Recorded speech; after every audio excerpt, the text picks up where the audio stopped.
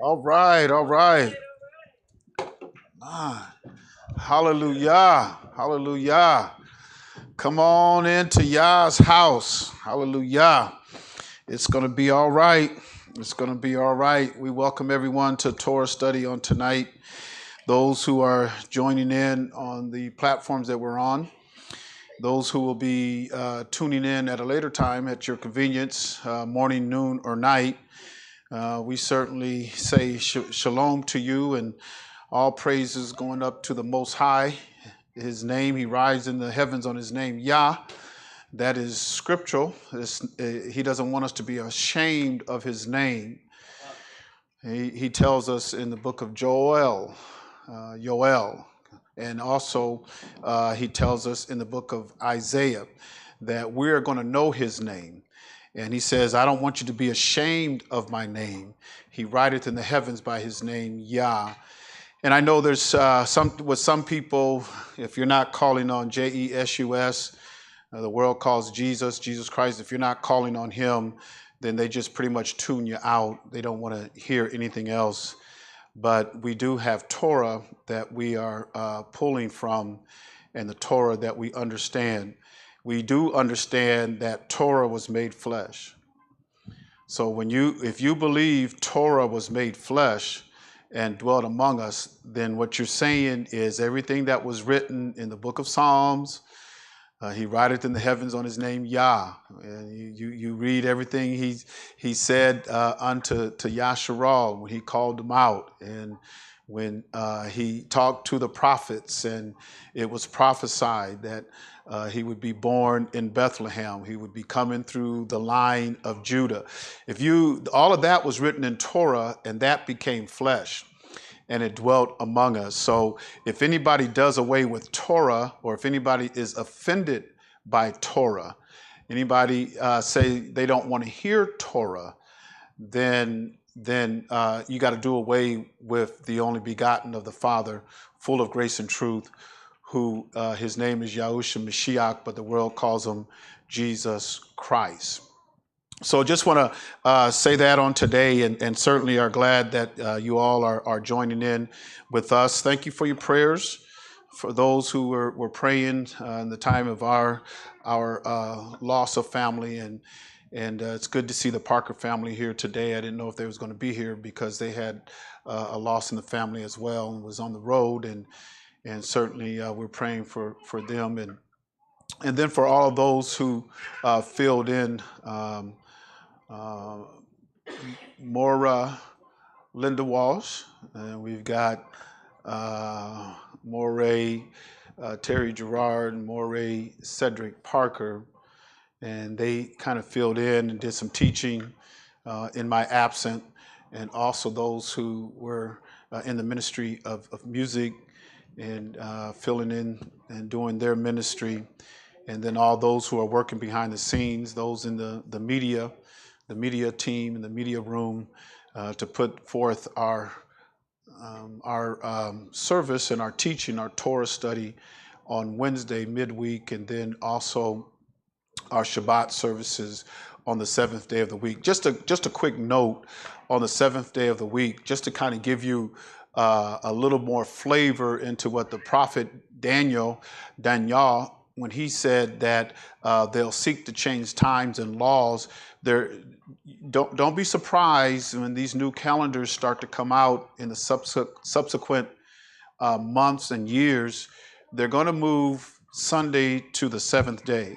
They've already got some calendars out there where the first day of the week is Monday, and it goes all the way to Sunday, and it appears on those calendars, it appears that Sunday is a seventh day.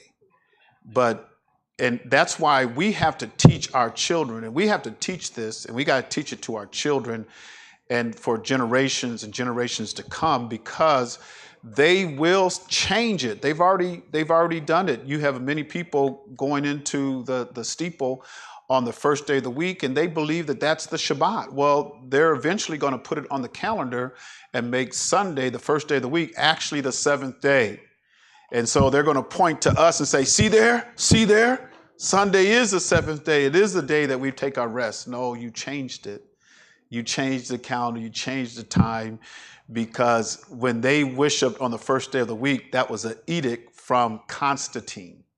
It was Constantine who wanted to crush and to wipe out the Israelites who were keeping, and not only the Israelites, but when they start to evangelize other nations under Shaul's teaching, they started to bring in Romans and people from other nations, and they started to keep the Shabbat. They were keeping the Shabbat, and Constantine was a sun worshiper, and he says, no more Shabbat keeping. We're going to keep the first day of the week, which was the Sunday, the venerable day of the sun. But I just wanted to throw that out there because you're going to see, I don't know if it'll be 2024, but it's going to start to come around. You're going to see calendars that have Sunday as a seventh day, which a lot of people in Christianity are going to point the finger at us and say, see there, I told you, but we know better. We know better because it was prophesied that they're going to change times and laws. And certainly that's what they've done. Not in our day, they've done it previously before. So I want to keep that in mind as well as understanding Torah and who Torah was written to. Anybody that teaches Torah or teaches it, as soon as you get the Holy Bible and you put it in your hands and you open up the Holy Bible, you cannot open up that book without traveling back about 2,000 years. I mean, in fact, if we went back in time, you would find out that when you look at Matthew through Revelation, you think that that's the timeline chronically and everything like that. That's not how it is. Historians, archaeology, and everybody will differ from the placement of the books that we have. The placement of the books from Matthew to Revelation was done by the Roman Catholic Church. They're the ones that set it in there in that particular order when it wasn't even written in that order. Anybody that would do any critical study and actually go into manuscripts. What are the oldest manuscripts? You know, what year did they have? What's the oldest writings? And in fact, you will go back to some of the first writings in the 1st and 2nd century. Guess whose writings it was in the 1st and 2nd century? Anybody just take a guess? Who do you think was the earliest writers in the 1st and 2nd century that actually they wrote and it was documented and they found it? The first writers one of the first that you'll find is the Apostle Shaul. The Apostle Shaul and his writings and stuff, which predated what we call the Gospels, and then you have the book of Acts and Luke, which it was the same author that came a little while later than that. But some of the first writings that you'll find is the writings of Shaul. But soon as you open up this book, you have to go back in time, which means you're going back in history. It is. Now to me, I say it's a historical book, but some people don't like to say it's a historical book. They like to call the Holy Bible, literature. This is remarkable literature, and it's literature of the religious sect. It gives you, it teaches you a religion, and I beg to differ from that. I really don't think that this book is a religion. I believe it's more about a people and the covenant that they had with their Elohim, their most high power, the covenant that they had. And that's what this book is really teaching us if you read it correctly. If you read it correctly, you have to go back to the original people. I think anybody who does any teaching or preaching, I think it's an injustice if you get into the realm of teaching and you want to teach and educate people. And there's a difference between teaching, and this is something I have to understand. There is an element of teaching, and then there's an element of shepherding. And I hope you guys can kind of see that in the teaching as I go forward, that there is a teaching that goes on to educate you, to enlighten you, but also there has to be some shepherdizing going on to where you're actually watching over the flock and preparing the flock, preparing each and every one of you for your meetup with Yahushua HaMashiach, to prepare you for that day. Because Shaul said in the book of Acts, 17th chapter, he says, we all got an appointment. You got an appointment, and you ain't going to miss it. You're not going to miss that appointment. And when you have your appointment with him, you must give an account for the things that you've done in this body. And Shaul tells us, whether good or evil, you're going to have to, he's going to question you. He's going to examine you. All of us. Nobody's going to get away from that examination. And even in your life and your walk with him, there's times where you do a self-examination, because it teaches us that. 1 Corinthians, the 13th chapter, he says, let a man examine himself to see if you're in the faith. So there is self-examinations that you have to do along in your walk with him. But there's teaching that goes on. There's teaching to bring out, some historical things, to teach you about the Most High Yah. You can study and learn all your life, as long as you're living, and you still won't gain all the knowledge and the understanding and the wisdom that there is in this book that comes from the Most High Yah. You won't get it all. Your lifespan is too short. It's just too short. Abraham and some of the other ones were living hundreds of years, and they were still walking with him and still didn't know everything. And you've got some folks who've been around 20 years and they think they know it all. Know all of what? What do you know all of? It ought to be the question. Because when it comes to the Most High Yah, he's always dropping knowledge. He's always dropping knowledge. So from here, from my perspective, there's a teaching part of it, and then there's a shepherding. And I hope you can see that in the teaching. And sometimes I try to incorporate that in. I think it is, you're not doing yourself or anybody who's listening to you any justice if you don't understand ancient Near Eastern customs, practices, lifestyles, nations. Who are the ancient Near Eastern nations? If you don't have just a little bit of understanding of that, then your whole teaching on Torah is going to be skewed, because you have to know the different nations that were around at that time. The first scripture I want to go to is Deuteronomy chapter 32, and start with chapter 32. Let's start with verse number 7.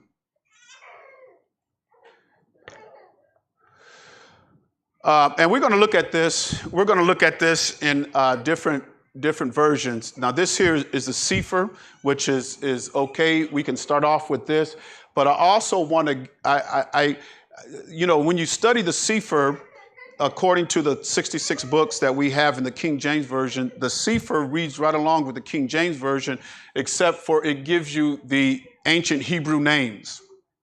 You'll see that in the Sefer. If they take away L-O-R-D and they put his name in there, which in the original text, it was his name. And on our Shabbat, we have the Hebrew nugget. We're going through the Hebrew alphabet. We're looking at the letters, explaining to them, because every letter meant something. And his name is Yod He Ud He. That is what the Greeks call the Tetragrammaton. In Greek, Tetragrammaton just means 4 vowels, 4 letters or 4 vowels.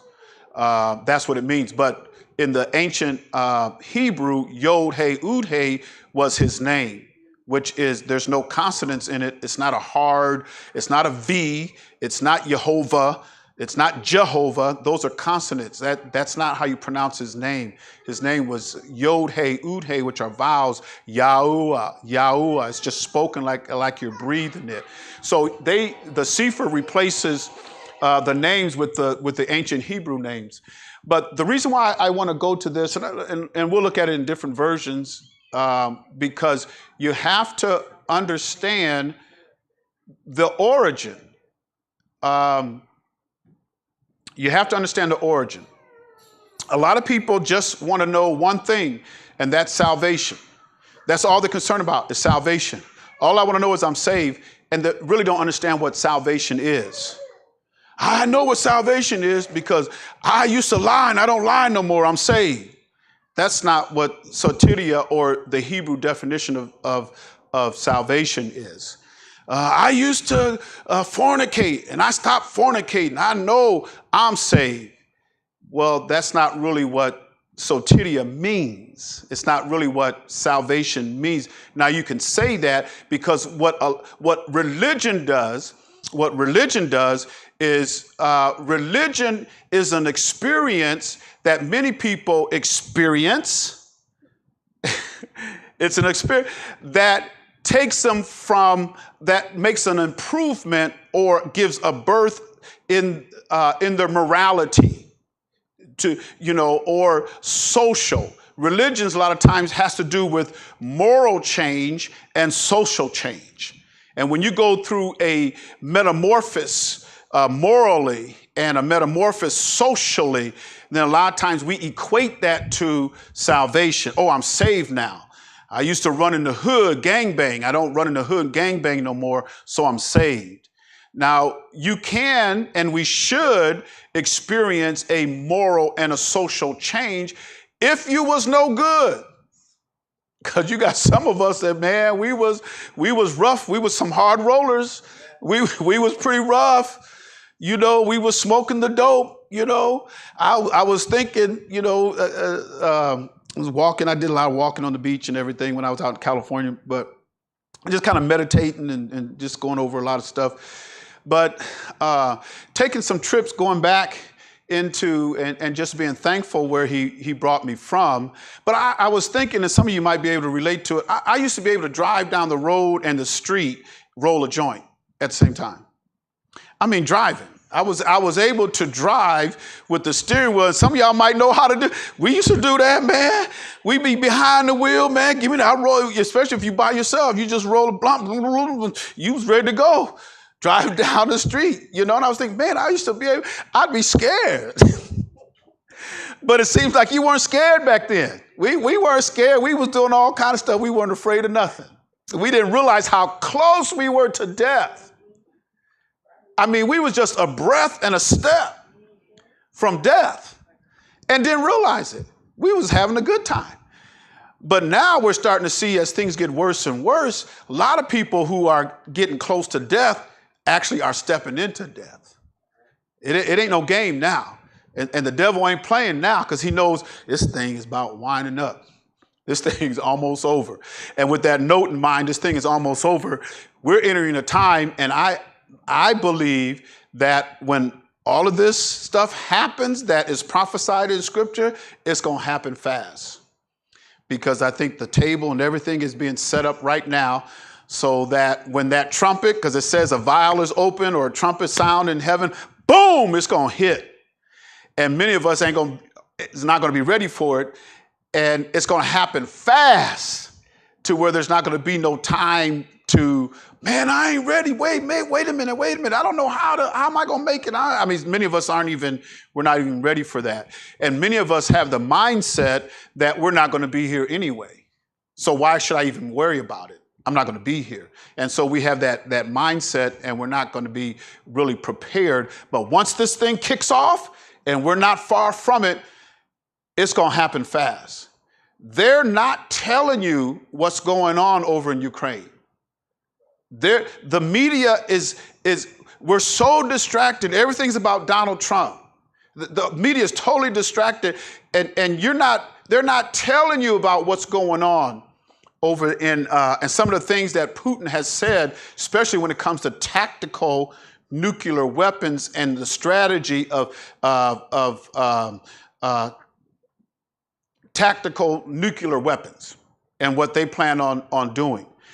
We're not being told a lot of that, because what it would do is drop a lot of fear in our hearts. They're so afraid that the economy might drop off the side of the table, they'll tell you anything to keep the economy going.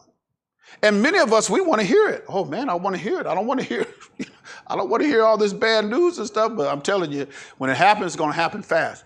Deuteronomy 32:7, and we'll look at this in different versions. Remember the days of old, consider the years of many generations. Ask your father, and he will show you, your elders, and they will tell you. What is that saying there? Just this here. Ask your father, and he will show you, your elders, and they will tell you. What message is that saying to you? What message is that saying to you? What principle do you see there? Oral tradition.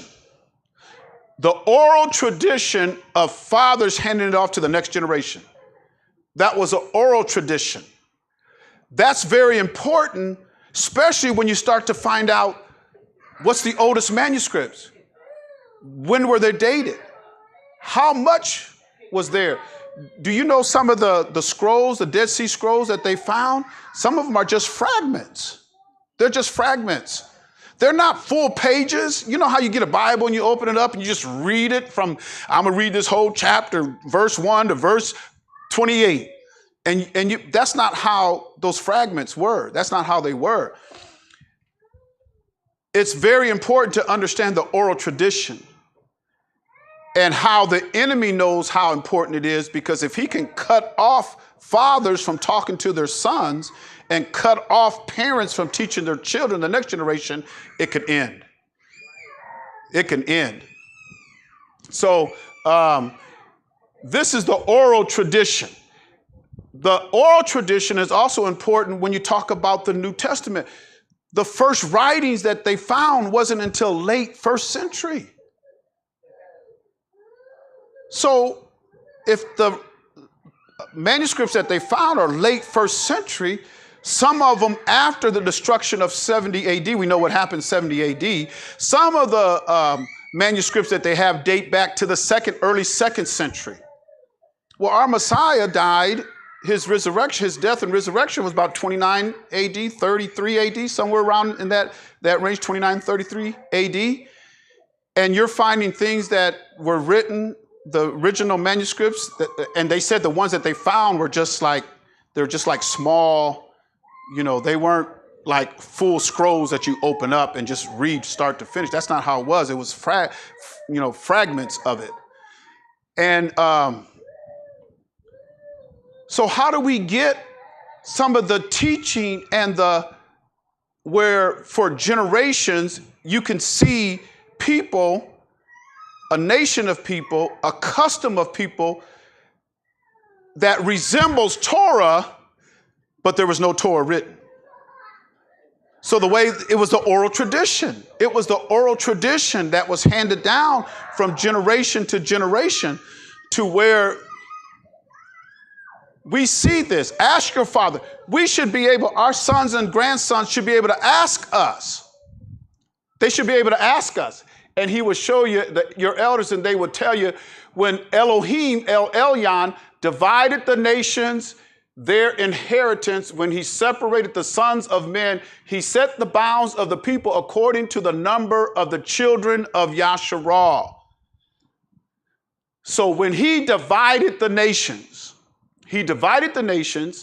their inheritance. This is what he did. He separated the sons and the bounds of the people. When did he do this?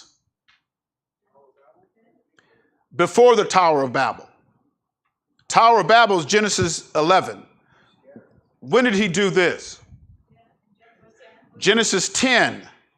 Genesis 10 is the table of nations. Very important, because if you could count the sons of Shem, Ham, and Japheth, and you count them up, you should come up with 70. And just remember that 70 When he set the table of nations in Genesis 10, this is when he divided the nations.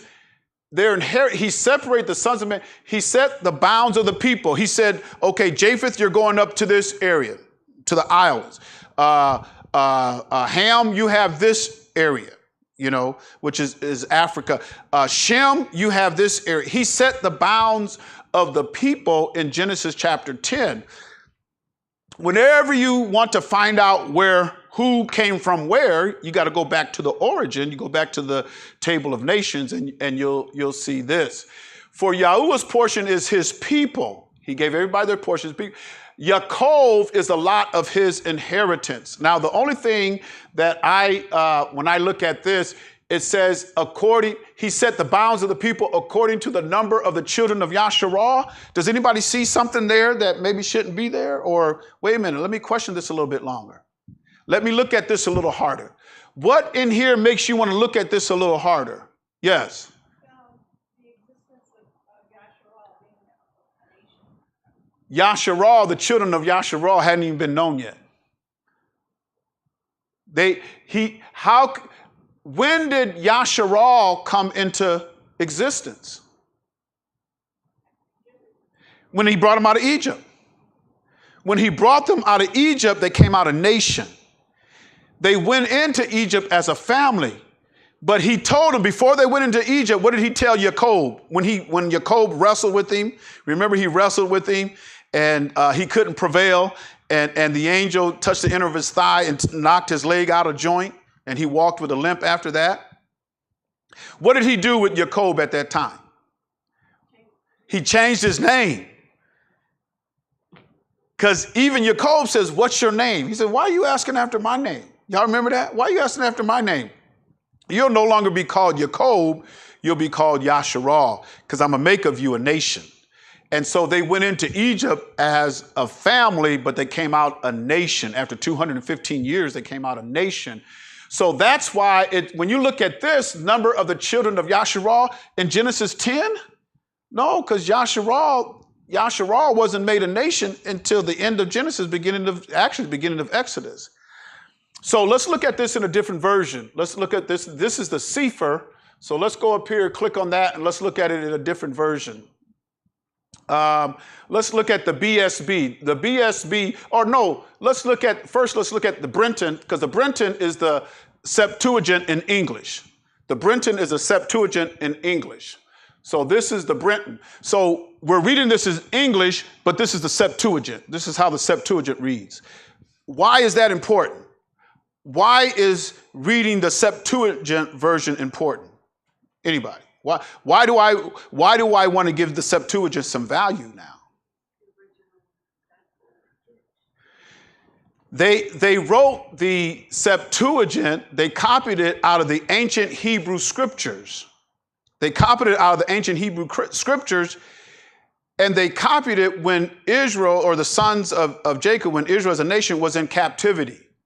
When the Greek Empire came in, and who was one of the heads of the Greek Empire that's real famous in history? Julius Caesar, Roman, the Greek Empire. Alexander the Grape. Oh, Alexander the Great. I called him a grape. Alexander the Great, right. So you had Alexander, and that's what, the city in Egypt. He went into Egypt. He was so impressed by the Egypt culture and how advanced that they were, that he went to conquer Egypt.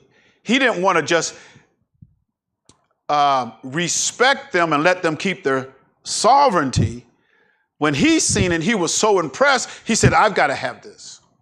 I want this as mine.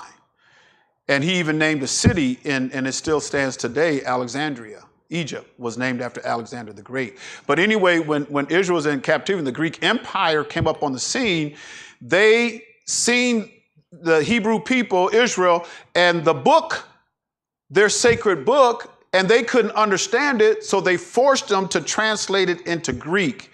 And that's what you get is the Septuagint. And the Septuagint is 70.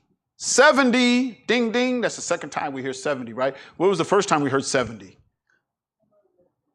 Right, number of the nations, 70. Okay.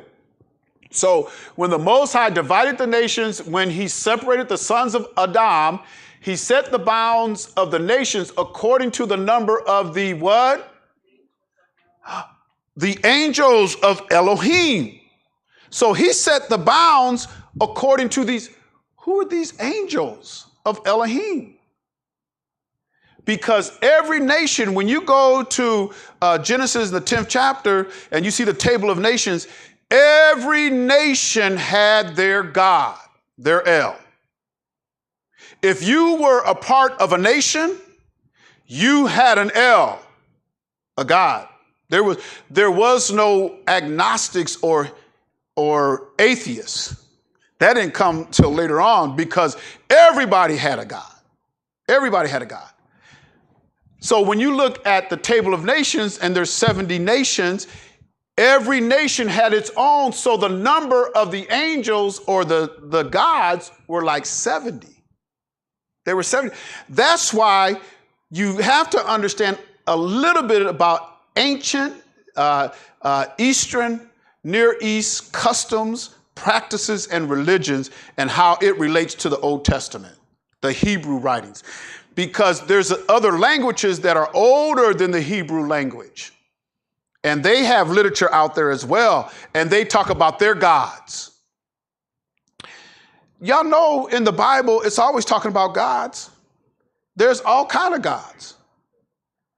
Even Shaul said what? There be what? Lords many and what? God many. But to us, there's only one. I ain't talking about these other nations now. Because all those other nations got their gods. But to us, it's only one. It's only one. And we have to know who that one is. But for me to say that there is no other gods would be contrary to Torah. It's contrary to Torah. Now, they're false gods, and they're gods that have no power, but yet they're a god to those people. It was the Philistines, one of their gods was Dagon. That was their God. Most High Yah didn't go to the Philistines and say, put your God away, worship me. He didn't say that. He didn't say that. But when they took the Ark of the Covenant and they set the Ark of the Covenant by Dagon, their God, and they went back and Dagon, their God, was bowing down before the Ark of the Covenant. It's important now. This is important. And so what they did was they stood him back up and waited for the next day. Because if your God was defeated, how would that make you feel as a people? As a nation, when you have a God, you have an El, you have a God as a nation, and your God is defeated, what do you think that's going to do to your morality? Oh, man, you defeated our God. Man, that would destroy.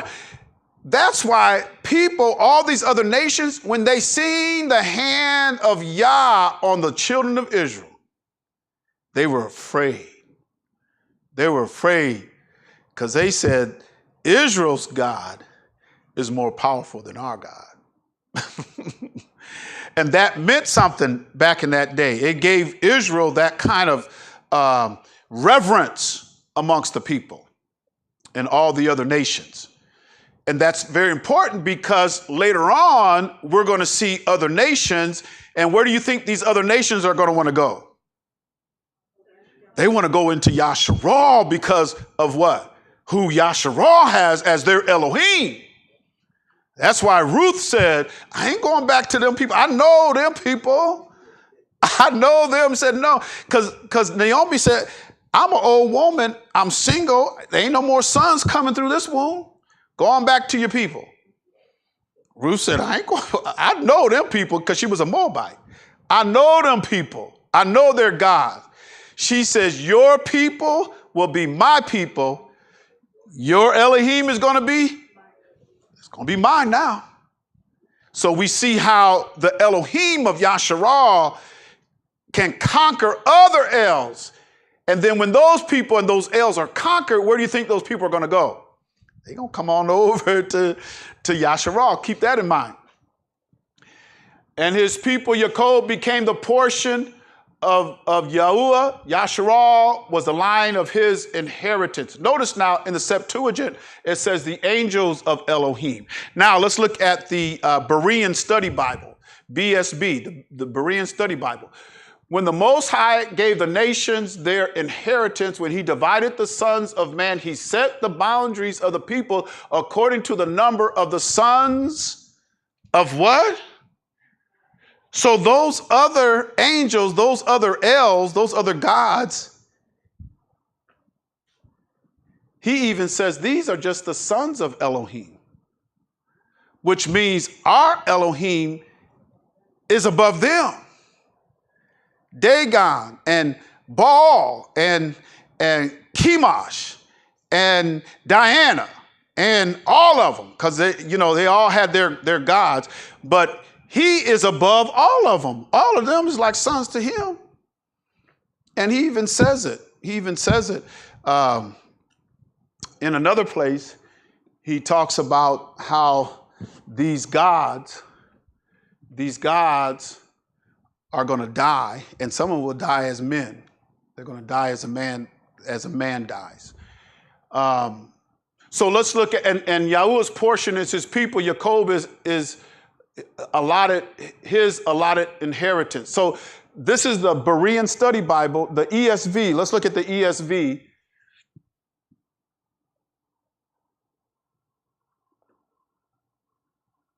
Okay, ESV. When the Most High gave to the nations their inheritance, when he divided mankind, he fixed the borders of the peoples according to the number of the sons of El, the sons of Elohim. But Yahuwah's portion is his people. Yaakov is his allotted inheritance. So you'll see the ESV as we go through some of these lessons. You'll see the ESV kind of reads like the Septuagint. And you'll see the Sefer kind of reads like the King James Version. So you'll see some similarities there. I like to look at different versions. The reason why I chose ESV is because the ESV was written in about 2000, 2001, and it uses the Greek Septuagint and the Dead Sea Scrolls to come up with its textual, and its version of the Bible. So it's using the Septuagint and the Dead Sea Scrolls. The King James uses the Septuagint and what? Everybody should know that. What we get the King James, what versions did they use to come up with the King James? The Greek Septuagint for the Old Testament and what? The Latin Vulgate. The Latin Vulgate. And the Latin Vulgate was written by Eusebius, whose name was later changed to Jerome, Saint Jerome. If you ever hear of Saint Jerome, that's Eusebius, and he's the one that, when you go to get your PhD, you have to do, what is it, a dissertation? Is that what it is? You have to almost write a book. It's not almost, it's a book. You got to do your dissertation. You got to write a book. So this is similar to what Eusebius did. He took the Greek Septuagint and the Greek writings in the early centuries. He took that and he translated it into Latin because Latin was gaining in power. Why was Latin gaining in power and spreading around the world? Anybody know why Latin was becoming so powerful? It's the language of the Roman Empire. So the Roman Empire, as the Roman Empire gained more power, you see the Latin. Even in Yahuchanan, the 19th chapter, I think it's 18 verse, 19 verse, it says he wrote this on the cross. Remember, Pilate put that on the cross? And what language did he put it in? Hebrew, Greek, and Latin. So if you can't read Hebrew, and you can't read Greek, and you can't read Latin, you couldn't read what was up on the cross. Because all you know is English. So you couldn't read it. None of us could take those ancient manuscripts and decipher what is said in there. Not unless, we got some college grads in here, not unless you've taken foreign languages. And then not only taking foreign languages, you have to be able to know how it's related and put all together, and so that it reads to where you can have some kind of understanding of it. But for all the people that say, all I got to know is Jesus, it's Jesus and Jesus, that's all I have. That wasn't even on the cross. That wasn't even on the cross. So what you going to do there? I'm glad I do see some Hebrew letters and I can pronounce some of them. I do know when I see his name in ancient, paleo, and modern Hebrew.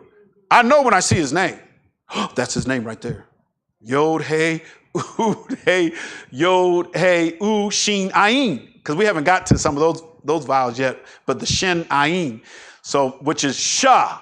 So you got Yahusha. He's named after his father. His father's name is Yahu or Yahu, and his son's name is Yahusha. Because what you're saying is Yahu saves. That's his name. Yahu saves. Yes. That was his name, Yahusha. That was. And at that time that his name was given, about 5% of the people in Israel had that same name. Yahusha.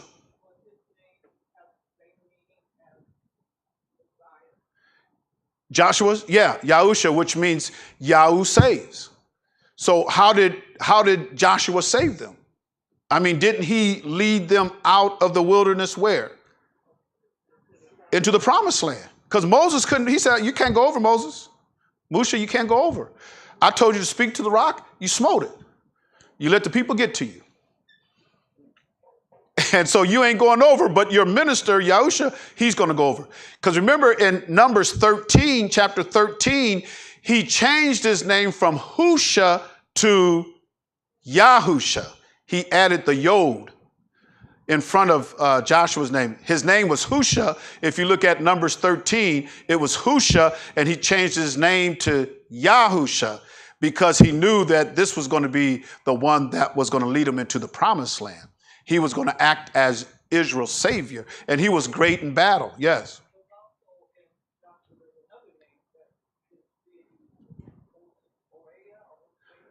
Hosea, yeah. I mean, that Hosea is almost like a transliteration into the Greek.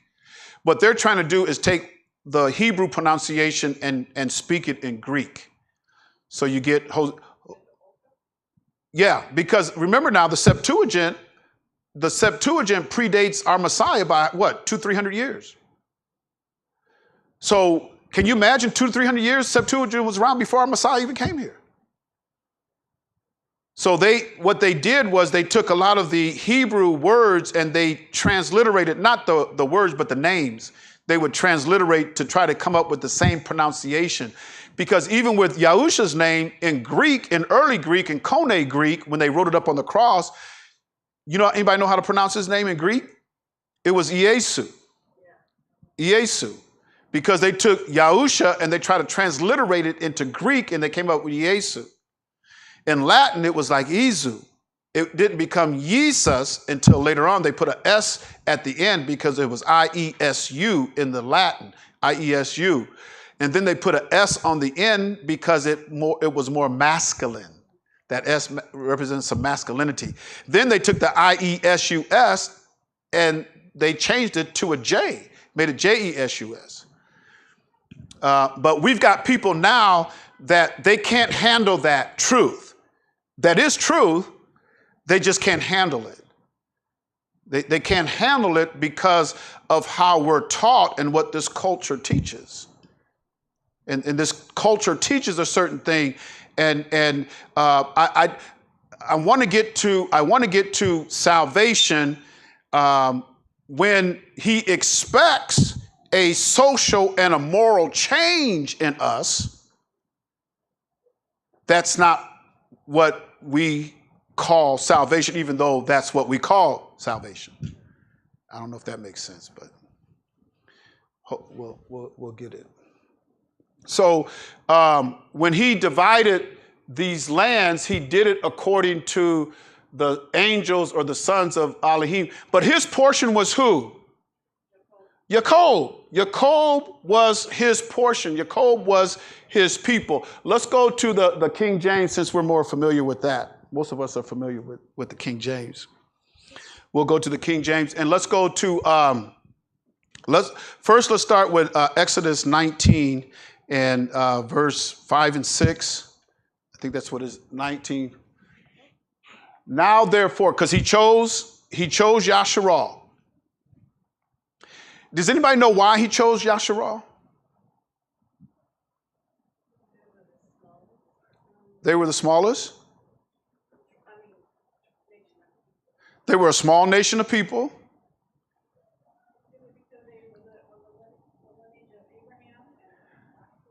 Yeah, because they were actually the children of what? The Abraham covenant. Because he made a covenant with Abraham. He says through your seed, he was going to what? All nations were going to be blessed through his seed. Through his chosen vessels, the whole world is going to be blessed. Yes. What was your question? The whole world, because that's where we confuse. We think, oh, he came for the whole world, but he did not. He came for a select group of people. Right. No, a select group of people were going to be blessed through that lineage. Right. Exactly. Because he is an Elohim of order and he's an Elohim of covenant. So when he made a covenant to Abraham and then to Yishak or Isaac, then Jacob, he still has that covenant that he is bound to. He has not forsaken that covenant. That's why Shaul says, we're going to come back here, but Romans 9 and 4. That's why Shaul says in Romans 9 and 4,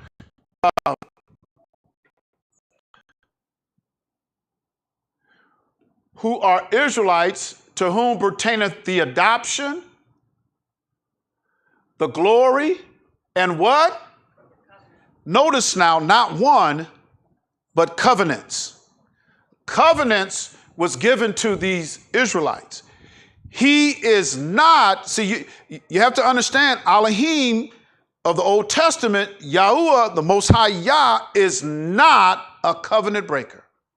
I don't care what the Roman Catholic construct of Christianity says. They can talk all day long. They can talk themselves all the way into hell. Yahuwah is not a covenant breaker. He will not break covenant. I don't care what the Romans say. And I don't care what people mimic those Romans and parrot those Romans. Oh, he's done with Israel. His chosen people now are the Roman Catholic Church. You better not believe that. You're out of order.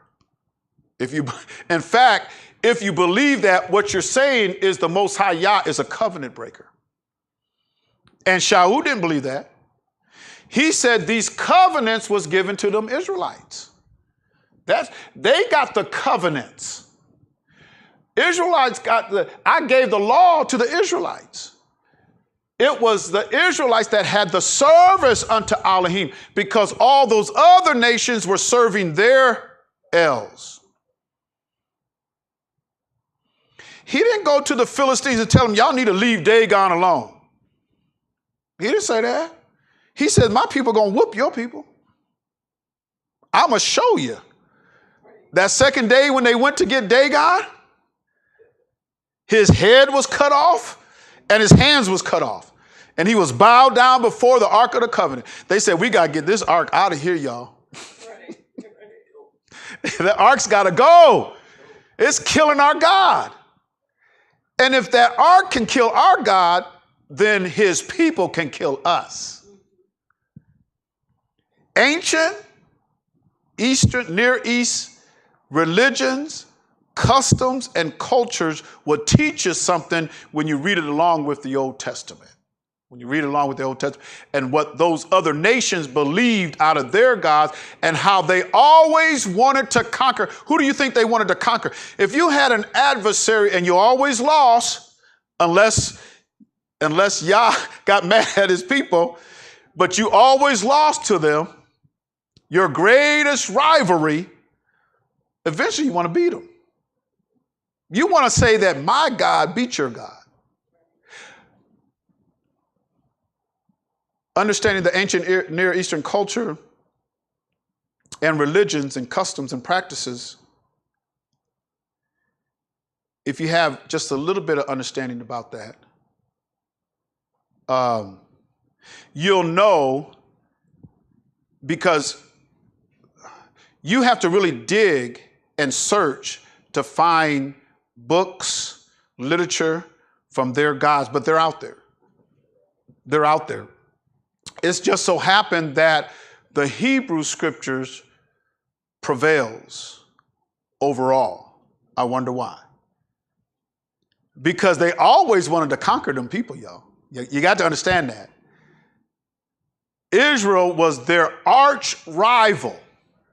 They always wanted to conquer them. It was such a tremendous thing to get their kings.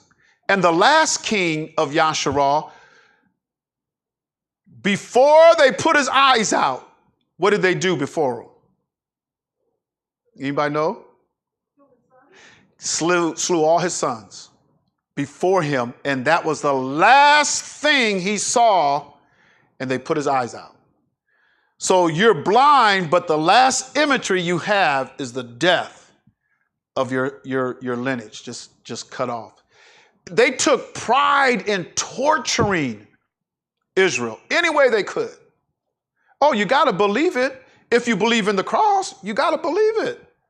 They took pride. Y'all know Pilate was a bloody man. Y'all don't. You don't know. Pilate was a bloody man. He loved killing Israelites. They put him up on the cross. People dreaded that. And Pilate knew, man, you rebel against us. Rome's cruelest. Now, it also says in our Hebrew scriptures that they would take the heads of the kings or the sons. Remember, they took the head of the sons and they put them up on the gates of the city. Oh, man, they did a lot of.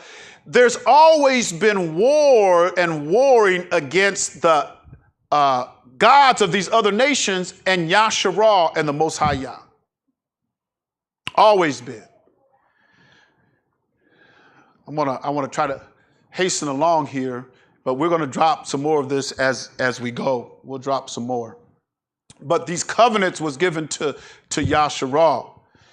He made a covenant with Abraham, Isaac, and Jacob. He made a covenant. Let's go to Exodus 19 and 5. Exodus 19 and 5. He made a covenant. Now, therefore, if ye will obey my voice indeed, and do what? Keep my covenant. Keep my covenant. Even if you say you're saved under the blood of Yahushua Mashiach, who they call Jesus Christ, even if you say you're saved under his blood, you still have to keep his covenant. You still got to keep his covenant. When he broke down his covenant to his people, he gave them instructions on how I want you to live, because I don't want you to be like all these other nations. That's part of his covenant. He says, if you do, then you shall be a what? Peculiar treasure. Who else said that? Kepha said that, didn't he? Kepha said that in 1 Peter 2 and 9, 1 Kepha 2 and 9, that's what he said. He was quoting this. Everybody who reads 1 Kepha 2 and 9, you have to come back to this, because the law of first mention, if I want to understand a text, if I want to understand the the context in which it's being used in, I have to go back to the first mention. And so when you read 1 Kepha 2 and 9, it takes you back here. It takes you to Deuteronomy 7 and 6. We don't have to go there, but it takes you back to Exodus 9, 5 and 6, and Deuteronomy 7, verse 6 and 7 and 8. That's where it takes you back. So Kepha was quoting Exodus and Deuteronomy, who the Roman Catholic construct of Christianity says is done away with. And Kepha's quoting it. And Shaul refers to it. Them folks got the covenants now. They got the covenants. I want you to see the trick of the adversary. The trick of the adversary will have you believing in a lie and not the truth.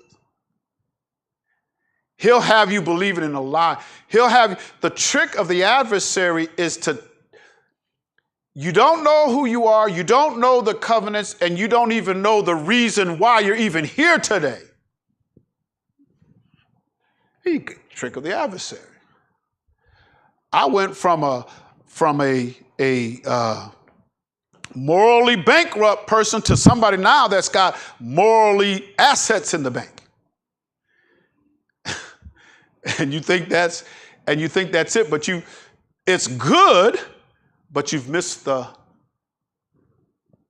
ye shall be a peculiar treasure unto me above all people, for all the earth is mine. Listen to what he said. And ye shall be unto me what? A kingdom of priests, the whole nation. The whole nation of Yasharal now is going to be a kingdom of priests. And who are you going to be a priest unto? Who do you think now? Who do you think as a nation you're going to be a priest unto? A priest is a go-between between the Most High Yah and his people. The priest represents, he's a mediator. He represents, like if you go into a court of law, you have a defense attorney or the prosecutor. What do? You represent what? Huh? Your client, your accuser, or whatever, you represent them before who? The judge. So he says, as a nation now, you're going to be a kingdom of priests. You're the go-between. The only thing that's standing between me and all these other nations is Yasharal. Yasharal, you're the priest, you're the go-between.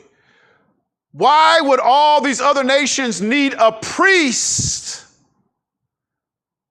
When he divided the nations, he did it according to the angels of the sons of God, right? And every nation had their what? They had their own God. They had their own God. So he says, I'm not choosing Egypt. I'm not choosing Ethiopia. I'm not choosing the Greeks. I'm not choosing the Romans. I'm not choosing none of them. I chose, who was his portion?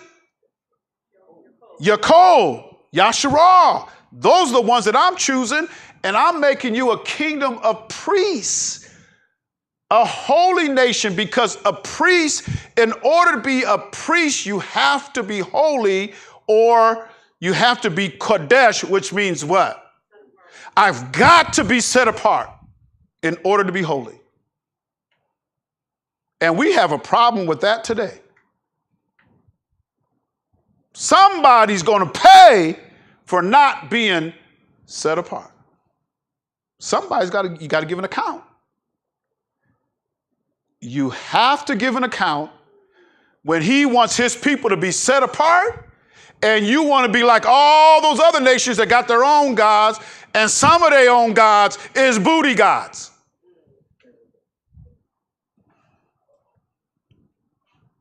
I want my people separate now.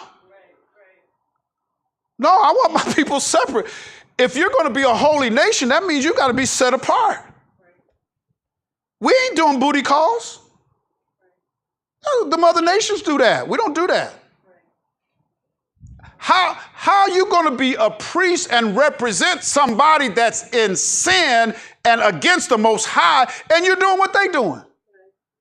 That's why he said in Romans, you that believe in the law and you commit adultery, You that believe in the law and you lying and you're doing sacrilege? What do we do when that happens? What do? We profane what? We blaspheme his holy name. He says, this is supposed to be my people set apart. My daughters don't look like them Babylon daughters.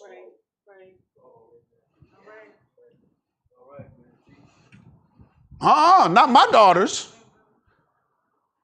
No, we know how to represent the Most High Yah because we are a what? A kingdom of what?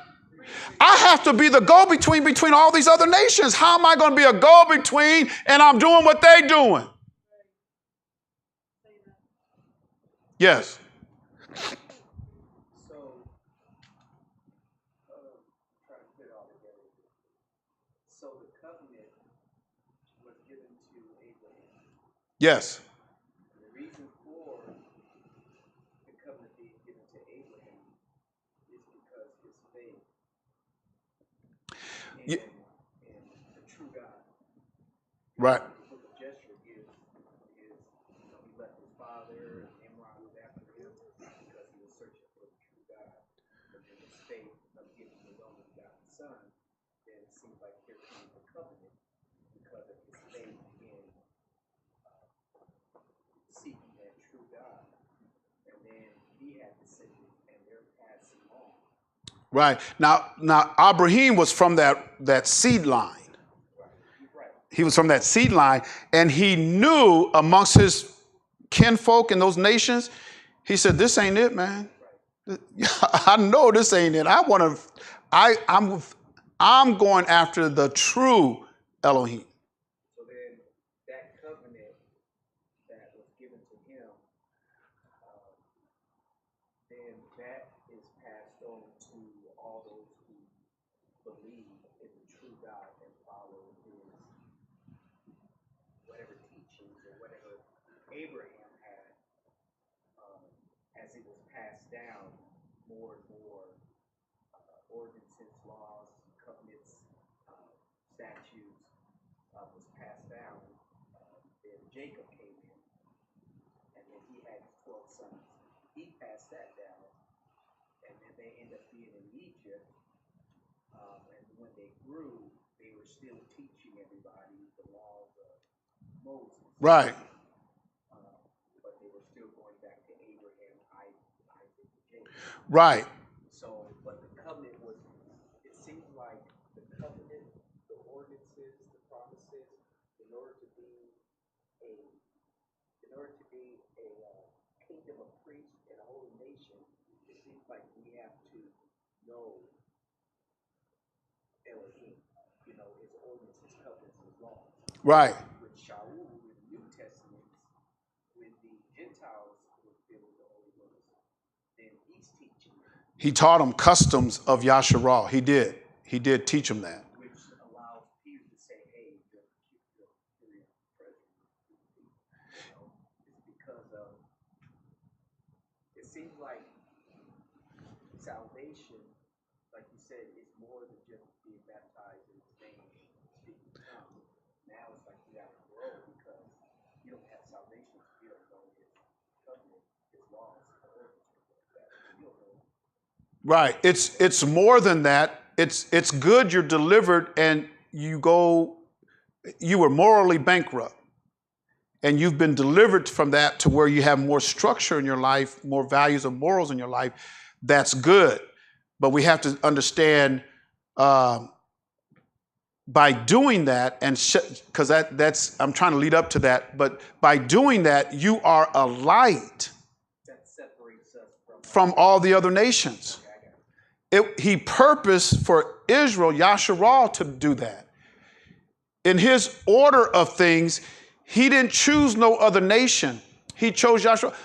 When Yahusha was here, he could have gone into Egypt. He went into Egypt as a little boy. When he was running for his life, his parents took him into Egypt because King Herod was killing all the boys 2 and under. What, when he becomes a grown man, he can't go into Egypt now? He could have gone into Egypt. He could have went up to Damascus. He could have went up into Turkey, in that area there, Mesopotamia, and in that area. He could have went there. He could have went further into Africa. He could have went to Rome if he wanted to. Rome was on the map. Y'all do know Rome was on the map. Romulus and his brother Remus, they're the ones who started Rome. Rome is named after Romulus. And you might want to do some reading up on Romulus, but that's where you get Rome. And so he could have gone to Rome, but he says, I'm not sent, but to what? The lost sheep of the house of Yasharal. That's where I'm going. He told his disciples, don't go to none of the other. You go and find the lost sheep of the house of Yasharal, because there's a reason why he wanted to do that, because Yasharal is the kingdom of priests and the holy nation. Now, speaking of Abraham, Genesis 26 and verse number 5. Genesis 26 and 5. Because that Abraham, what did he do? Obeyed my voice when I told him to come out from amongst them idolaters. Leave them folks, but they my kin folks. Leave them alone. Come on out. I'm going to make a nation out of you. Abraham. He also obeyed his voice when he said, and kept his charge, when he says, take thy son, thy only begotten. Just to show you how the Most High Yah looked at it, he didn't see Ishmael as his actually begotten son. And the reason why he did not see Ishmael in that light, because the promise was not given to Hagar. So even though Hagar had his first son in the eyes of the Most High, she's not the promise. I didn't say you was going to have it through her. I said Sarah was going to have a seed. Sarah was going to give birth. Oh, she's an old woman. So they rushed it. And here comes Ishmael. And he says, take that child and that woman and put them out your house. Because he's not going to inherit with the because I promised it to you and Sarah. So he said he obeyed, he kept his charge when he says, take thy son, thy only begotten, and offer him up unto me. He didn't have no prayer meeting. He didn't get all his team together. We got to pray through now. He didn't do that. Most High Yah said, in fact, the next day he was up early in the morning. He was up and gone. The next morning. When he said, I want you to circumcise yourself and your sons. He had no prayer meeting. They did it the next day. And he was an old man. And he circumcised himself, his 13-year-old son, and Isaac. So he kept his charge. He kept his commandments, my statutes and my laws. That's why he gave the covenant to Abraham, because he knew what he was going to do. He knew he was going to keep it. He knows your heart. Y'all know he knows your heart, right? That's why some of you can't go through nothing, because he knows your heart. And that's why some of you have to go through a lot more, because he knows your heart. Because we want everything to be, well, I got to go through this. They ain't going through this. He knows your heart. He knows your heart. And you got to give an account. We all do. We all got to give an account for ourselves. So it was Abraham, Yishak, Yaakov. And it was given unto them to be a holy nation. Now he says, let's go to Leviticus 18:1. Let's look at Leviticus 18:1. Something that Yasharal has always had a problem with. They've always had a problem with. Before I get to this, another note I just want to give you on that. When Yehuda, and he had 3 sons, right? And the first son was wicked in the eyes of the Most High. So what did he do? He slew him. And so he told his next son, go in to your brother's wife and give seed unto his family, so his family's not cut off. And what did that son do? He spilled it on the ground. Most High Yah was upset, cut him off. And Yehuda's getting nervous. He said, I only got one more son. He ain't of age. You know? So do you know that law was given to Abraham, Yishak, and Jacob, how could Yehuda or Judah know about that if Jacob didn't teach them? Because you had the oral law that handed down. So when you get to the Gospels where it says a man had 7 sons and he had one son married a wife and he died and the next one came up here, which is in Torah to preserve the seed of your brother. That's in Torah, but that wasn't given until Mount Sinai. So how did Yehuda know what to do when that didn't come until hundreds of years later? Because Yehuda did that before they went into Egypt. And they was in Egypt 215 years. After that, they came out, he gave them Torah from Mount Zion. How did Yehuda know how to do that with his sons? Because the oral law, like we read with Abraham, he understood my law, he kept my law. It was passed down. The oral teaching, fathers teaching their sons to teach their sons to teach their sons. We even see that in the prophet Yoel. Generational type of teaching. We see it when he gives the law. You teach in Deuteronomy 6 and 4, 5 and 6. He says you got to teach your sons when you're in the way, when you rise up. You got that generational teaching, and when you lay down at night, because they didn't have internet back then. They didn't have IBM and Apple, Google, HP. They didn't have that back then. Sony, LG, life is good. They didn't have that back then. And Samsung, but his singing wasn't back then.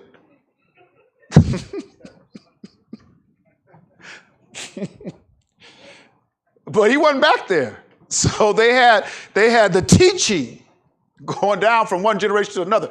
Now, listen to what he says, because Yasharal has a problem with this. And Yahuwah spake unto Moshe, saying, speak unto the children of Yasharal, and say unto them, I am Yahuwah your Elohim. After the doings of the land of Egypt, wherein ye dwelt, shall ye not do. And after the doings of the land of Canaan, whither I bring you, shall ye not do, neither shall ye walk in their ordinances. Ye shall do my judgment and keep my ordinance to walk there, and I am Yahuwah your Elohim. Now, if you read the rest of this chapter and chapter 20, you'll find out all of the sexual immorality that all these other nations had, that he instructed Yasharal, don't you do that. Now, why did he not want them to be like these other nations?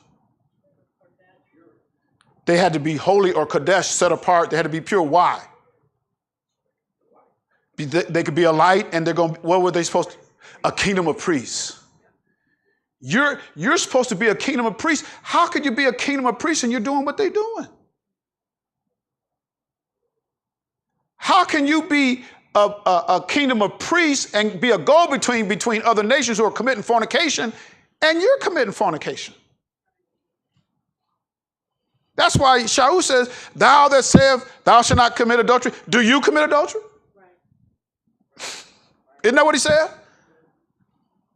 Thou that sayest a man should not steal. Do you steal? Because if you do that as a kingdom of priests and being a holy nation, and you're doing what they're doing, now you didn't blaspheme my name. My name is blasphemed among all the Gentiles. And most of y'all are blaspheming his name.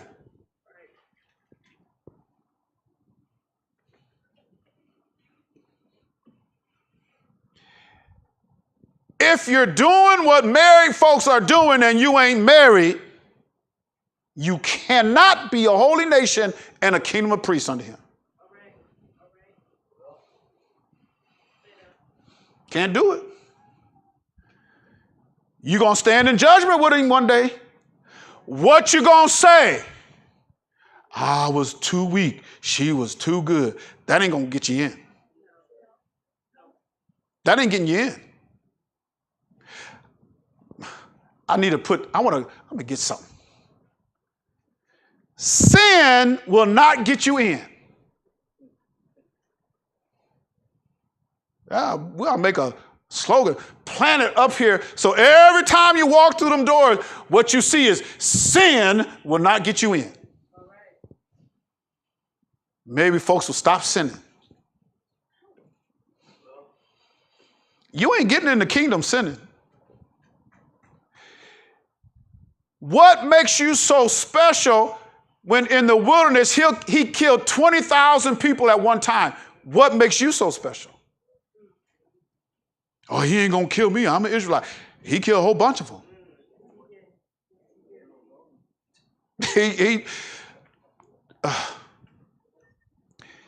He is near unto us, and he hears our cry unto him because he chosen us.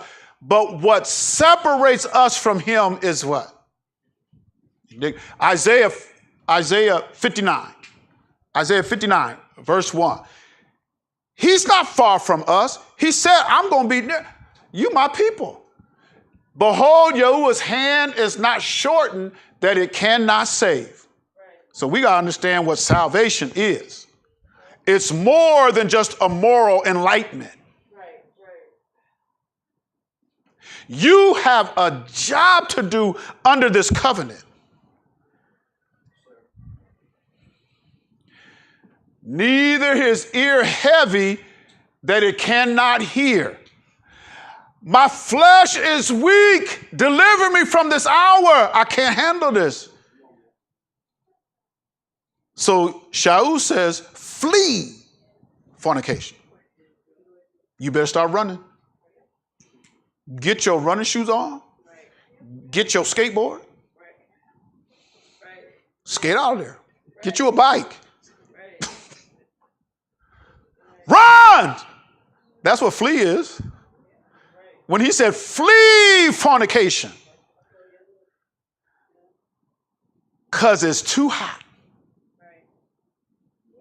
And when it gets too hot, you're going to burn.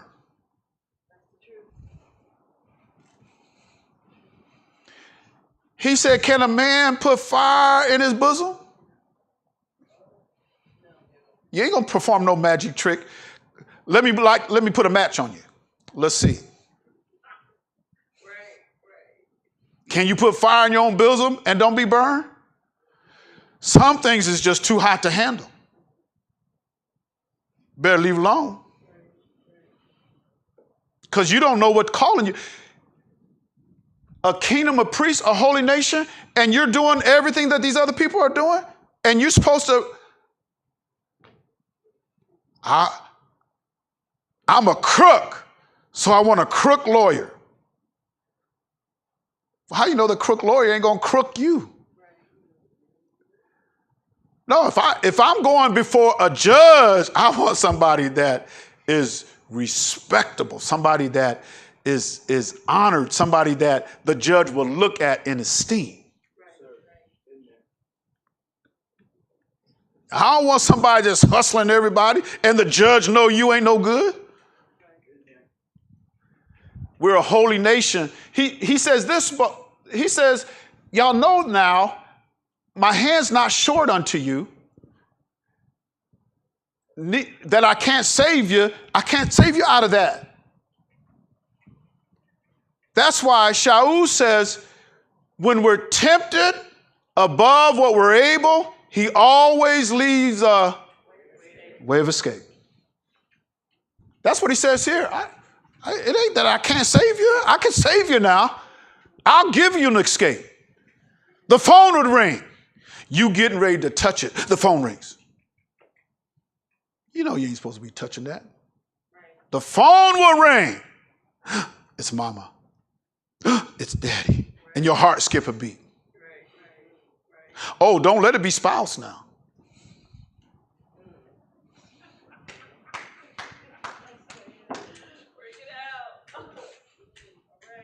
See, he leaves a way of escape. And now I can hear you now. But what has happened? Why is there such a great gulf? Why can't I hear you when I call on you? Why are you so far from me? That's why King David said, I felt it, my bones would cry out. I don't hear from him for a while. Man, I got to break. Something's wrong. Something wrong. Something wrong. But he says, but your iniquities have separated between you and your Elohim. It's your iniquities. It's your lawlessness. I'm trying to teach you so you can teach all these other nations. But your man, it's almost 9 o'clock. My goodness. But your iniquities have separated between you and your Elohim, and your sins has hid Yahuwah's face from you, that he will not hear. That is a dangerous place to be in. That's a dangerous place. Because some of y'all, I don't get. And believe you me, when he asks me about you, I'm going to tell him. All right, Ron. All right. Oh, yeah. I'm going to tell him. That's right. Yeah, you have to. I told these folks, I talked about fornication. I talked about adultery. I talked about lying. I talked about stealing. I taught the commandments. So every time they broke them, it wasn't because of me, y'all.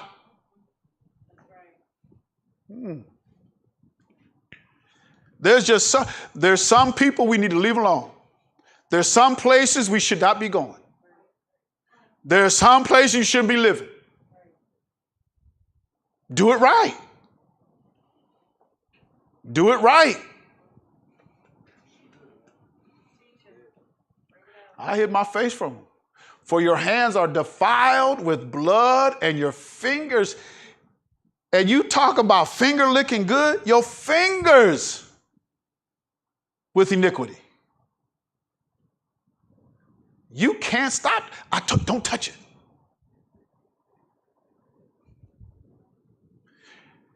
Because if you touch it, it's too late.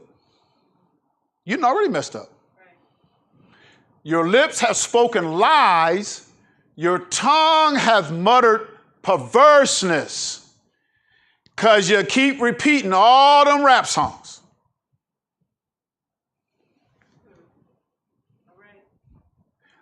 I ain't doing what they doing, but your tongue is muttering, or you're speaking some of the same things. Kill that bee. It's all in the songs. And our children singing it. We got little kids around here. Man, now I thought I was a bad boy. But you got some of these kids ain't even got to school yet cussing, that'll cuss you out. And they good at it. So they hear it in the home. They hear it in music. This culture that we live in is so corrupt. Just look at our children. Look at our grandchildren. Look at our nieces and nephews. Look at your house.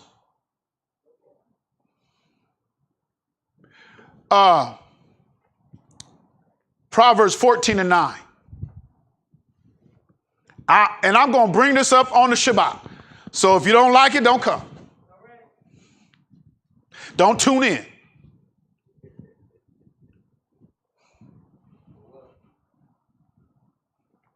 Because we need to know what we're supposed to be doing as far as a holy nation and the royal priesthood. Because we've fallen short.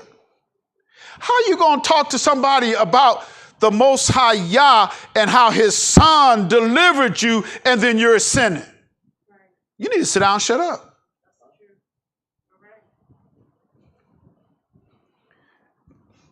Because this is what not everybody, but this is what some folks is doing. What do fools do? You're just mocking that sin. You know it's wrong, and you're still doing it. You're just making a mock at it. In the first chapter of this book, he says, I'm going to mock when your fear cometh, in the day of your calamity. I'm going to mock you. because you didn't do nothing but mock sin. I told you to leave it alone. And you still do it. So you just mock it. You're making a mock of sin. Daughters, cover up. Don't need to see your curves. I went on a diet, and my diet consisted of highly fat foods. So now I'm busting at the seams. Well, you need to get some bigger clothes. There ain't nothing wrong with the size. What's wrong is what you put on the size. If you big, you need big clothes.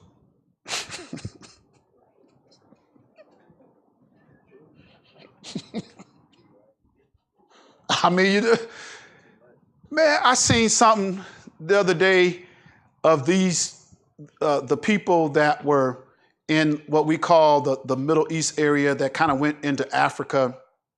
And I seen this, they're tribal people. But this people had so much respect for themselves. I mean, beautiful looking people. They looked like royalty even though they weren't. When you look at them, think, man, they must be royal.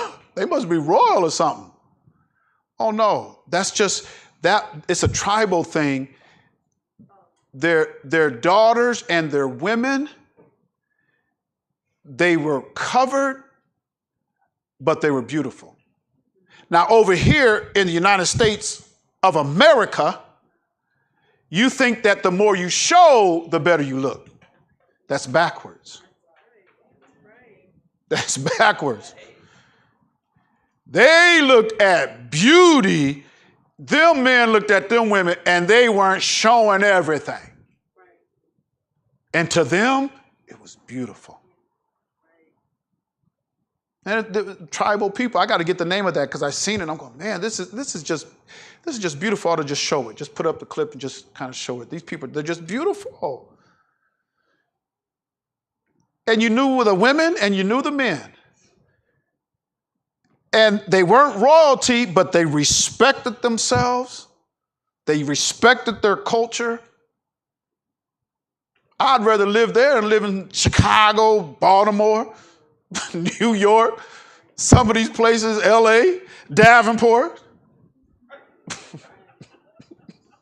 I'd rather live these folks had some self-pride. And we wonder why men and boys walking around and they just so busting out and everything, because you're showing them everything. All right. Men are, what do you call them? Visual. What'd you say? Men are visual. They see things and it attracts them like a dog. And y'all women know you could catch a man if you wanted to.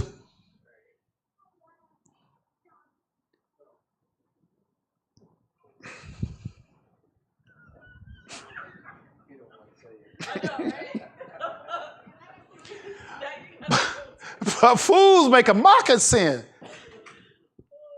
I'm just trying to tell y'all to get it right now. Before, because we're going to get into this a little more. We'll deal with it, but Isaiah 42 and 6. I just want to hit a few scriptures and we're gone. I, Yahweh, have called thee in righteousness and will hold thy hand and will keep thee and give thee for a what? Covenant. Yasharal, I'm giving you as a covenant, my covenant, and covenant to all these other nations. I'm giving thee for a covenant of who? Of the people for what? Israel as a nation. You're my covenant. Did he destroy everybody but 8 souls? And that was before he made the covenant with Abraham, Yishak, and Yaakov. So he says, now I'm going to start all over, and I'm going to choose Yasharal. They're going to be my people. I'm going to choose them, and I'm going to make a covenant with them, and they're going to be a nation of priests and a holy nation, because there's other people with other gods. So we have to be the light of the Gentiles, to open the blind eyes, to bring out the prisoners from the prison. Now, who else said that? Yeah, who? Yahusha said that. Yahusha said that. And them that sit in darkness out of the prison house.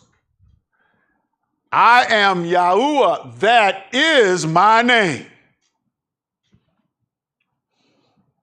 Now, let me show you a simpleton. Have you ever heard of a simp? Anybody ever hear of a simp? Yes. Let me show you a simp. Show you a simp. This says, I am Yahuwah, that is my name, right? Let me show you a simp. Matthew 6, verse 9.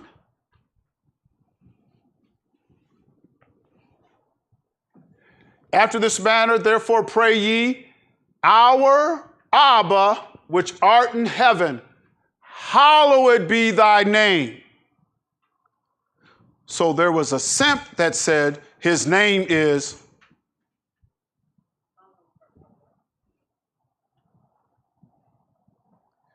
what's his name? Hallowed. No, what's his name? Hallowed. He says, hallowed be thy name. Oh, never forget this.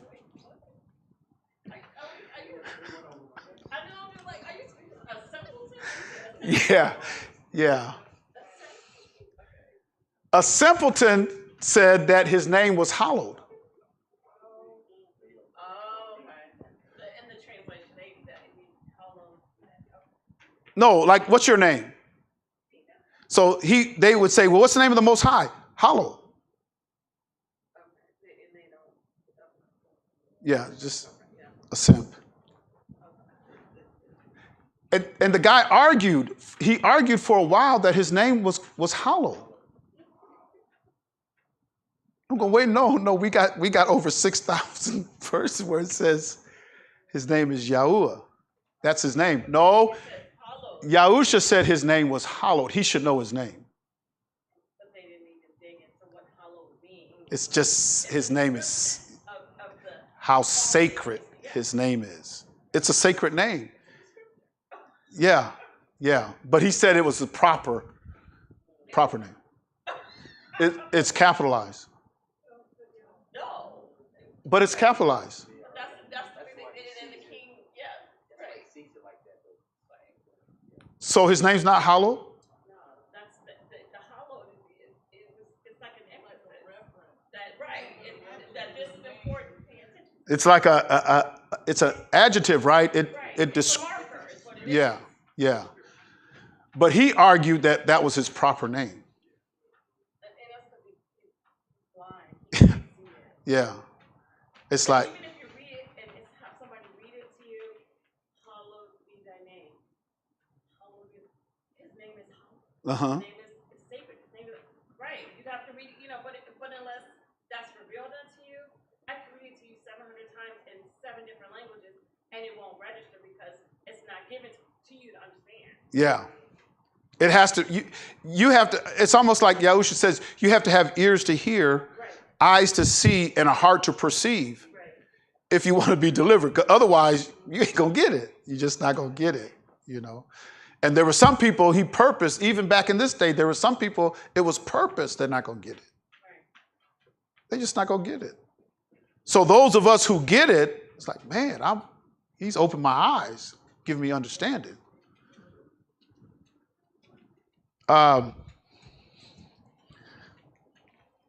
Isaiah 49:6, and then we'll come back to Matthew, and then I'm done, because we're just going to do that. We'll 49:6, and we'll just do this real quick. And he said, It is a light thing that thou shouldest be my servant to raise up the tribes of Jacob and to restore the preserved of Yasharal. I got to restore them. I will also give thee for what? A light to the, that thou mayest be what? My salvation unto what? The end of the earth. Who's he talking to? He's talking to Yasharal. He's talking to Yasharal. He says, I got to preserve them because I'm going to give them as a light to the Gentiles, that thou mayest be my salvation unto the end of the earth. Because my people, as a kingdom of priests and a holy nation, we're going to conquer all the other nations. All of their gods. We're going to conquer all of them. He reigns superior, but we have to be this light to show the Gentiles. So in Matthew 5:14, my last verse for today, some of this we'll go over again. Matthew 5:14, because we're rushing through it. Ye are what? He's talking to Yasharal because he's getting this from the prophets, the Tanakh.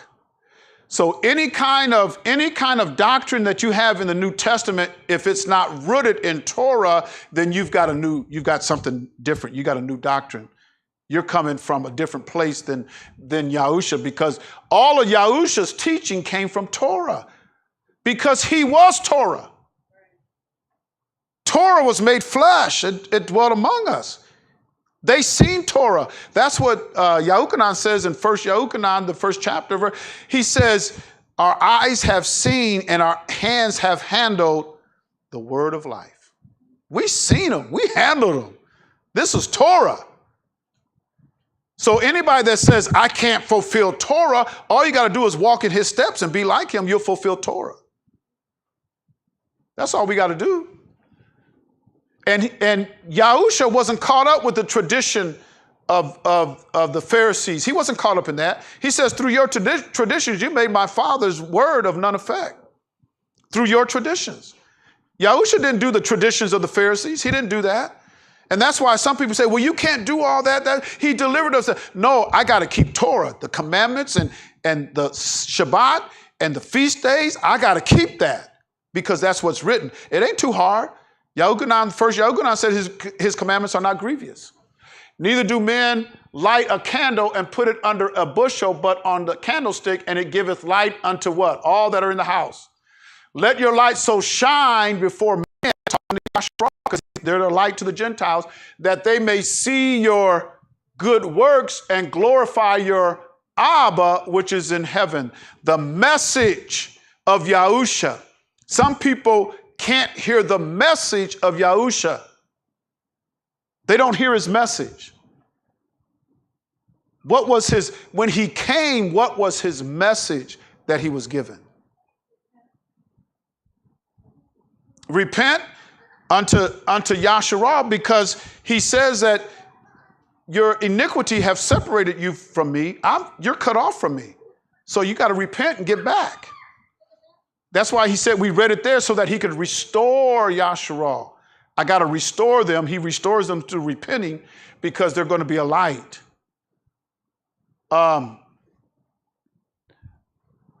Mark 5. Let's look at verse number 9, I think. Let's see. Let's go to 4. Mark 4, and let's see, 9. Let's see. Okay, go up to, let's see, 6. Maybe it's 6. No. Go down in 4. Go other direction. Other direction. Keep going. It's down here, and we'll finish up with this down here. Keep going. Here it is, 21. And he said unto them, is a candle brought to be put under a bushel? If you bought a candle and you lit that candle, are you going to put it under a bushel or cover it up so that it doesn't give out any light? There's no reason to buy a candle if you're going to do that. Is a candle brought to be put under a bushel or under a bed and not to be set on a candlestick? That's why you buy a candle. Notice now, this is why Yasharal has to be a light unto the Gentiles. Because what does a light do? For there is nothing hid which shall what? Neither was anything kept secret, but that it should what? It's going to be exposed. It's going to be exposed. What are you saying? Because we're going to finish up. Through our light, being light unto the Gentiles, we're supposed to expose all of the darkness. Why aren't we doing that? Because most of Yasharal is doing just like all the other nations are doing. Their light is out. But he has lit up some. And when he lights you up, you've got to walk in Torah because he's chosen you as Yasharal to be a priest, a kingdom of priests, and a holy nation, so that you're going to be a covenant unto all these people. Now, what if you're not Israel? Does that, what about somebody who's not of Israel? Can they come into this and be a light? Yes, they have to come into Israel. It's still the same. Like Ruth said, your people will be my people. Your Elohim is, well, if that's your testimony, then you got to keep Torah. You got to keep Torah so that you could be that light unto all the other nations. Because Israel is the light. Well, I thought Yahusha is the light of the world. That light is in Israel. It has to be in Yasharal. Is Yahusha here on earth? And I was thinking about this for about a week. I was thinking about this. Would you know Yahusha when he appears? If he came to you, would you know him? If he was in the midst of you, would you know it? Right. And then he begins to speak to your spirit should bear witness with the spirit that's in him. Something should be familiar. You should feel like, I don't know where to talk, but I know you. Right? It would be of a spiritual thing, huh? Right.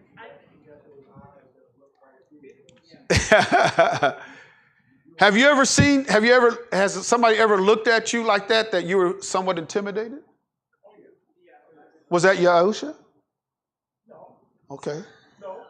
Okay. It wasn't Yahusha? No, but you know what I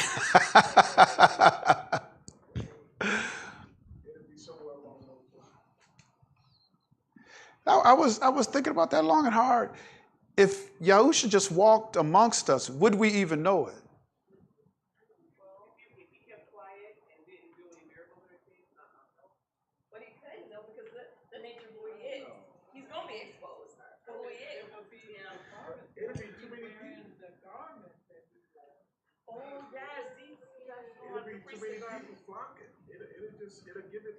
It'll be given away. It'll be too many. I think blind people, lame people, they're gonna attract to them. You know what I mean? I don't think so. Why must he be revealed? Because that's what it says in that day when the Son of Man is revealed. So he has to be revealed to you? But I think it's being revealed to the Gentiles, to the lost. I mean, because it says, like, and I'm probably meshing, this improperly, but it says, my people, my sheep know my voice, and the stranger they will not follow. So when the moment he opens his mouth, you're going to know it. yes, we gonna know. You're going to know. Right. So his revealing then has to be to people outside of this covenant. Because it does say in the day, because we're at that day for him to be revealed. It's just that, are you going to know it? Yes. But if we were asleep, we didn't know. We thought we knew him. So he had to be revealed to us as well. Because all the stuff that we're learning and doing now is like foreign. It's foreign to us because we believe one side. My testimony was he's revealed himself to me. Now, is it the physical, that they seen, that they walked with and everything? Is that what you're talking about? Because when I say he's revealed himself unto me, it's revelation and understanding. That it has to come through revelation. When the Son of Man is revealed, it has to be revelation. Everybody don't see it. Right, just like the hollow. John didn't see him. His own cousin. But even when they came to get him out of the garden, they didn't know who he was until Judas had to point him out and say, hey, this is him. Yeah, in the Garden of Gethsemane. Because it was night and dark, and they might have had lanterns and stuff. But it was really dark, and so they really didn't know which. I see out of a dozen men out there, which one is him? And Judas, his name was Yehuda, but he says, "I'm the one that I kiss." That's going to be him. Okay, because you know what they say, y'all all look alike. That's what they say. Y'all all look alike. So which one is he? The one that I kiss. Okay, then that's the one. And when they went to arrest him, what happened? They all fell back. Oh, they did. Yeah. Yeah, he says, I am he. And they fell back. So Mary didn't recognize him, though, in the garden. No. But was that because she was crying and her head was down? No, I think it's because he appeared to be a gardener because he was harvesting some of the first fruits, which was part of that feast. In the Feast of Unleavened Bread, you had the Feast of First Fruits. And so you have to go out to the garden. And you guys got gardens, right? We got a garden. So at the time of that harvest, we would go into and start grabbing out of the garden. That's what he was doing. She thought, oh, he's grabbing. It's a gardener. What did you do with him? And then when he spoke, then she said, Adonai. And she bowed down. Yeah. But you have to remember the last time she seen him was up on the cross. How did he look? Oh, he was unrecognizable. His visage was marred more than any man. He was a bloody mess. That was the last time she seen him. So when she seen him as a gardener and he wasn't a bloody mess, he was all cleaned up. And he's dead and he's up. Wait a minute. Wait a minute. I know he died. I saw him. He was dead. He even told him, I told y'all I was going to rise from the dead. Y'all didn't believe me? Because a lot of them didn't. Because Peter and them went, Kepha and them went, what did they do? They went back fishing. Well, he said that, but y'all ever seen a dead man walking? I haven't.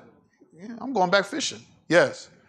I was going to say, if he were to, just to kind of see how the people would react to him, if he were to physically show up, he would be on the news, probably CNN, something broadcasted, as a crazy man walking on the street, and they would probably arrest him, saying that this man is up here saying he is the son of the Most High, and he's got mental issues. That's how we would initially receive, I would say like over 90+% of the world would probably initially look at him that way, because he wouldn't, just like he didn't come the way they expected back then.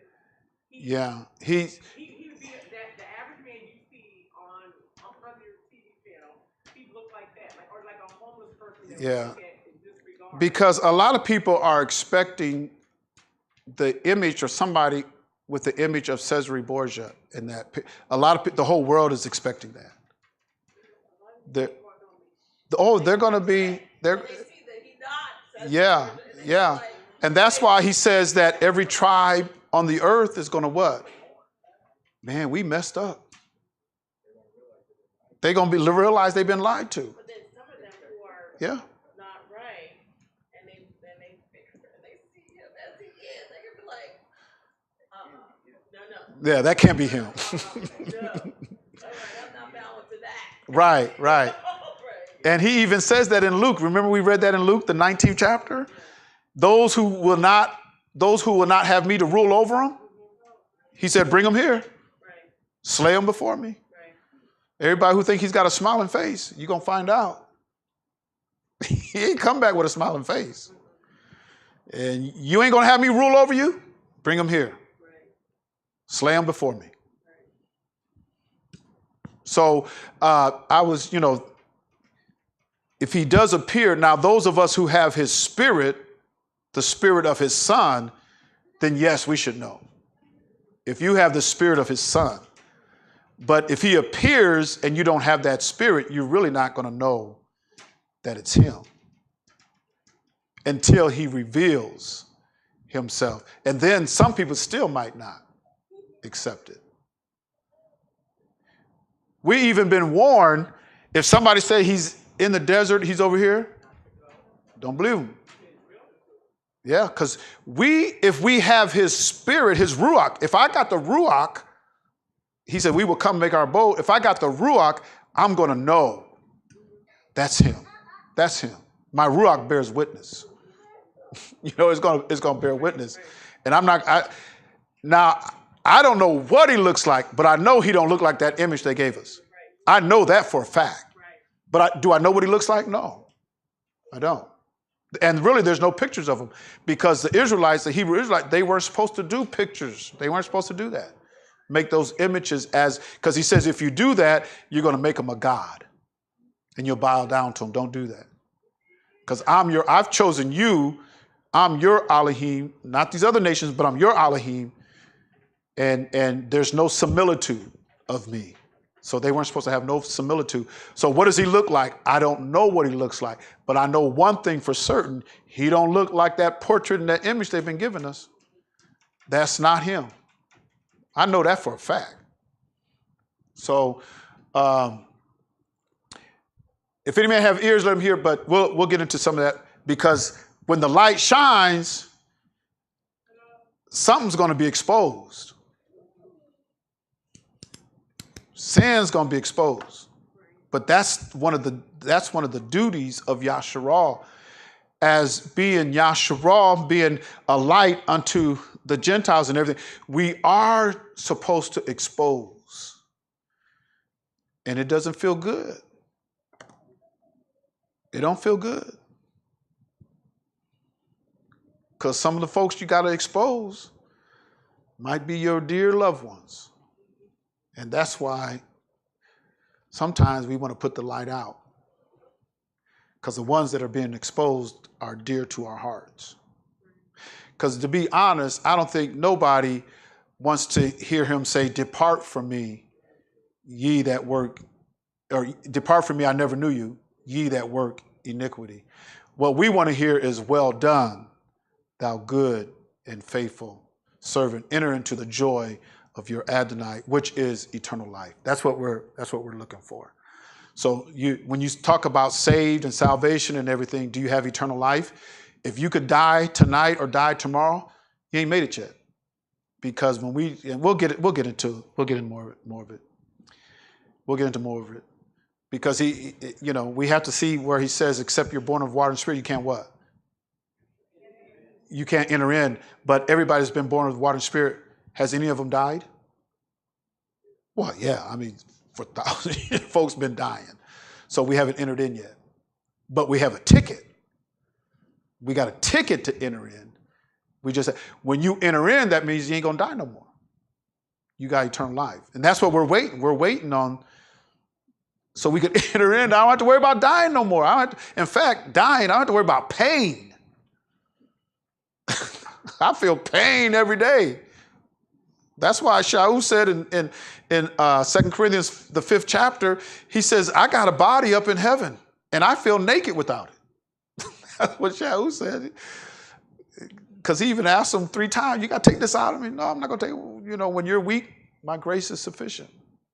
So we haven't got that body yet, so we haven't really entered in.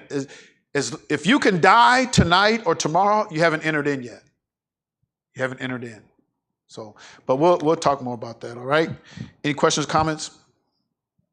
If not, I'm gonna say shalom. Thank you for this Torah study being with us on tonight. We will be back on the Shabbat, Most High willing. Most High willing, He's going to let us see another Shabbat, and we'll be back here for Shabbat class. And did I tell everybody? Thank everybody, all the ministers, everybody that was and just carried on while I was gone. Certainly appreciate it. But what you should be really looking for is the Most High Yah and Yahusha giving you your reward, because He knows how to do it. You know, the little bit that we do collectively to, you know, for our ministers, and the little that we do ain't nothing in comparison to what, you know, you want Him to reward you. And what we want, the reason why we're here is we want eternal life. We want eternal life. Because everybody's coming back from the dead, like it or not, believe it or not, everybody's coming back from the dead, and you're going to be judged. So we want to enter into eternal life. All right, so with that, I'm going to say shalom, and we'll see you back on the Shabbat.